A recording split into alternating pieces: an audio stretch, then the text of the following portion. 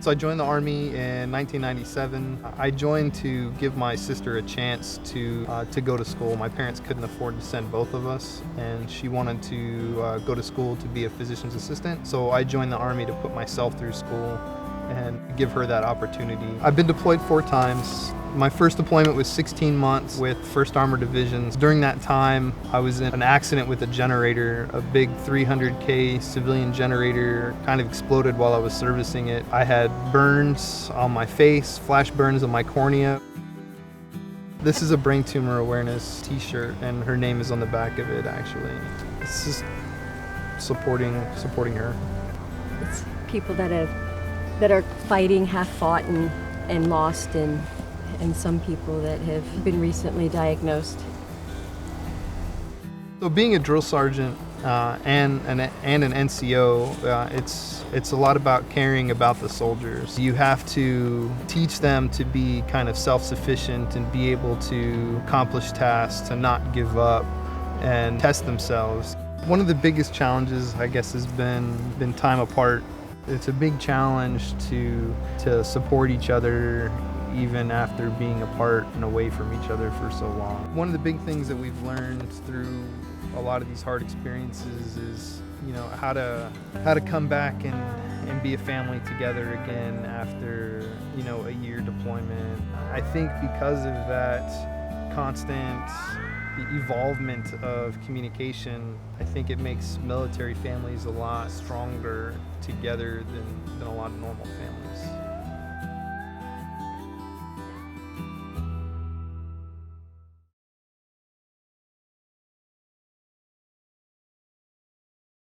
I joined the military because my father was a Marine and I really wanted to fly in helicopters. Originally, I was a Huey crew chief, so I was a mechanic and a tail gunner out of the UH-1 Yankee. But when I got orders out to Hawaii, I became a crew chief for the C-20 Gulf. The NATOPS program is so important basically because, as we like to say, NATOPS is written in blood, where unfortunately in the past, people have become injured and died, and we've lost aircraft and personnel. And to try to prevent that, we've come up with all these rules and regulations that we've stuck together and called NATOPS. And every time he goes on a flight, I'm always really glad that he's the one in charge of the safety, because he's really, really good at that. The Boy Scouts started when I was really young, so I started just taking leave time off and going out there and volunteering as a staff member, because James Barton knew that I'd been trained in all of it. At National Camp School, I got certified to be an aquatics director, and then I've been a lifeguard out there forever, so I knew the ins and outs of the camp itself and could help develop some of the people. Watching Justin at Boy Scout camp was one of the reasons that I really fell in love with him. He has a lot of natural leadership, just in general, and the fact that Justin can pass on that depth of care is really something special. Striving for excellence has to do a lot with something my dad said to me when I was growing up, and it was that if you're anything worth doing is worth doing right. So if you decided that you're gonna do something, you might as well put in all your effort to be the absolute best that you can be at it. I think he's proud of what I've done while I've been in the Marine Corps.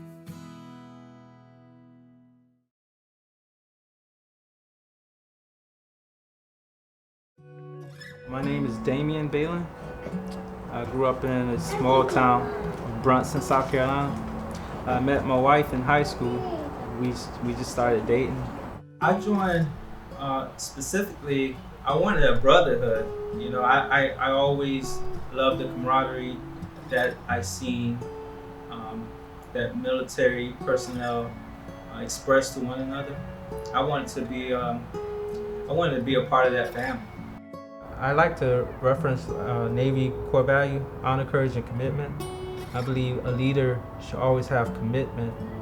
To me, it was always someone going the extra mile for me, helping me, learn the Navy culture, and because I was already set in my ways, and so it was something that commitment. They committed their time. They was always there to show me that they care.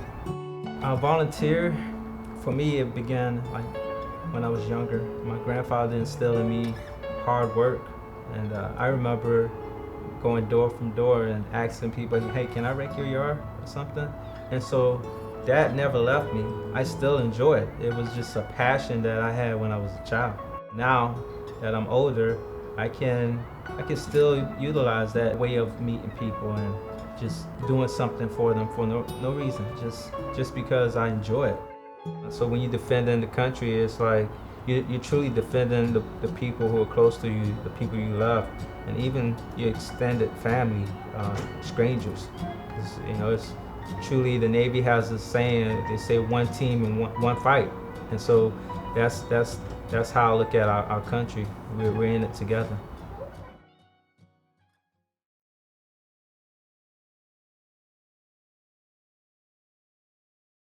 My name is Lillian Farquharson, and I'm from Louisville, Kentucky. Some of the reasons that I joined the Air Force was just so that I could get away from small town Kentucky home and everything. I am Donovan J. Farquharson. I'm from Fort Lauderdale, Florida. I joined the military for travel, for education, and to basically better myself. The greatest challenge to date, besides having twin boys, and it's has been the hurricane. We got hit with Hurricane Michael last year, and that was pretty difficult because we lost everything. And just having to be out of work and then relocate on the other side of the world was quite a turn for our family, something that neither one of us at the time felt like prepared or equipped to deal with. So that was pretty difficult time in our lives. So how we overcame pretty much Hurricane Michael and any challenge that we face is God. Honestly, like he roots us. So we are connected through him, and we're connected to our kids through him as well. But ultimately, having God in our lives kind of balances everything out on top of all the other stuff. Faith is definitely like one of those like big things to us, and the Air Force preaches it like all the time, to have like a spiritual connection no matter what it is too. And for us, it's to God, and we just felt like, yes, this situation is hard, but like we have him, we have each other. You see these devastating things that happen all the time, and I think really having a support system of having your faith, having your family and stuff is what gets you through those moments. And also the Air Force. You don't know how blessed you are until you go through something like a hurricane. And PCSing here, both our flights, both of our leadership, they were like, whatever you need, we got it. And that was so comforting, coming from literally losing everything, that ultimately, like, the Air Force was like, yes, we're here for life now. Cause yeah, that's awesome. it was.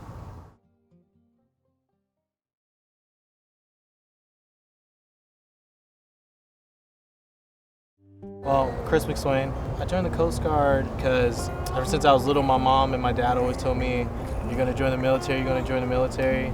So I always avoided it, but then it just came back to me, and ended up going to recruiting office for the Coast Guard, and from that day forward, I went from there. Our biggest challenge was Puerto Rico with the hurricanes.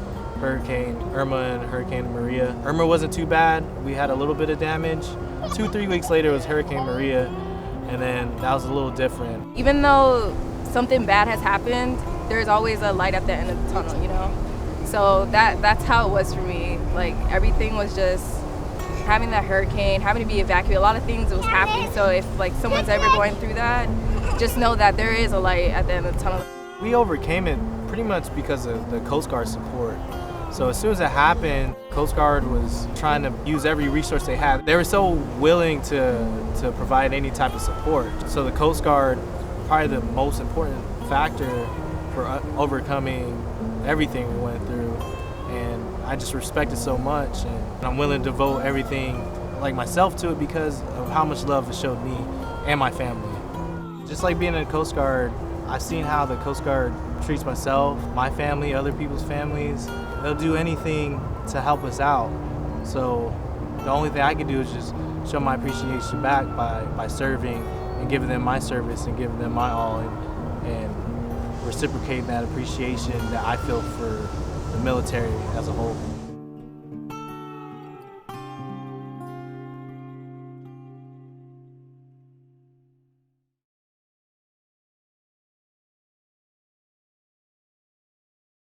My name is Gregory Lamho. I'm a Staff Sergeant in the Hawaii Army National Guard. I'm also known as Coach Greg at Cal High School. The impact on my family, as far as my military career, I think it gave them a new perspective on what sacrifices that people do make being in the military. And I think when they see their dad out there serving, and they appreciate, hopefully, what I do and what they do a lot more. So I was fortunate enough to receive the State of Hawaii Medal of Valor, and I'm really humbled by it because I just played a small role in it. I did assist the fire department with the rescue of 6 people in Hilo during the Hurricane Lane. I'm humbled by it because although I get to wear the shiny medal and people recognize me as receiving the Medal of Valor, there's a lot of people that played a big role in putting me in that situation. When tragedy struck our family, my student athletes were really big in supporting our family, getting us through that hard time. So were my fellow soldiers while the tragedy was going on, and I had to bury our son through a tragic accident. So that ohana really helped us get through a really rough time. So I turned adversity into strength with the situation that our family has gone through. If people can see Greg Lumho, Sergeant Lumho, Coach Greg out there smiling, doing the things that he used to do when Maka was around, then hopefully they realize that their day isn't as bad today. That if Coach Greg can get out there and run 3 miles with the cross-country team or shoot a few hoops with the girls, life isn't that bad. What drives me is the ability to try to make this world a better place. So I wake up every morning, I'm just one person, and if I can influence another soldier or even my student athletes, I think it steamrolls, and hopefully in the future this world can be a better place.